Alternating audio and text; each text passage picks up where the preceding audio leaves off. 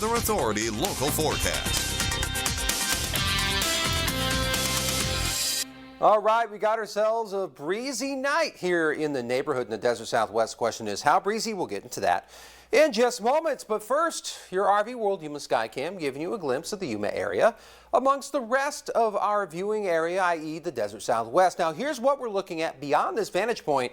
So you can see the satellite radar, and there's really not a lot to see except for the clearness. So we're in for a starry night. So stargazers, it's on.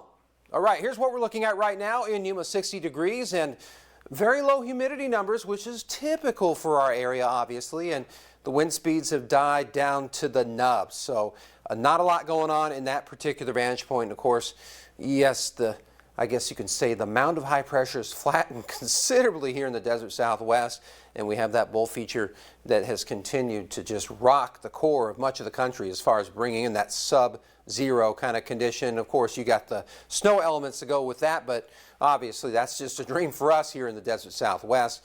And yes, we've definitely seen some action earlier today in the Intermountain West. And of course, this is what we're looking at as far as your Metrocast goes, 51 degrees by 8 a.m.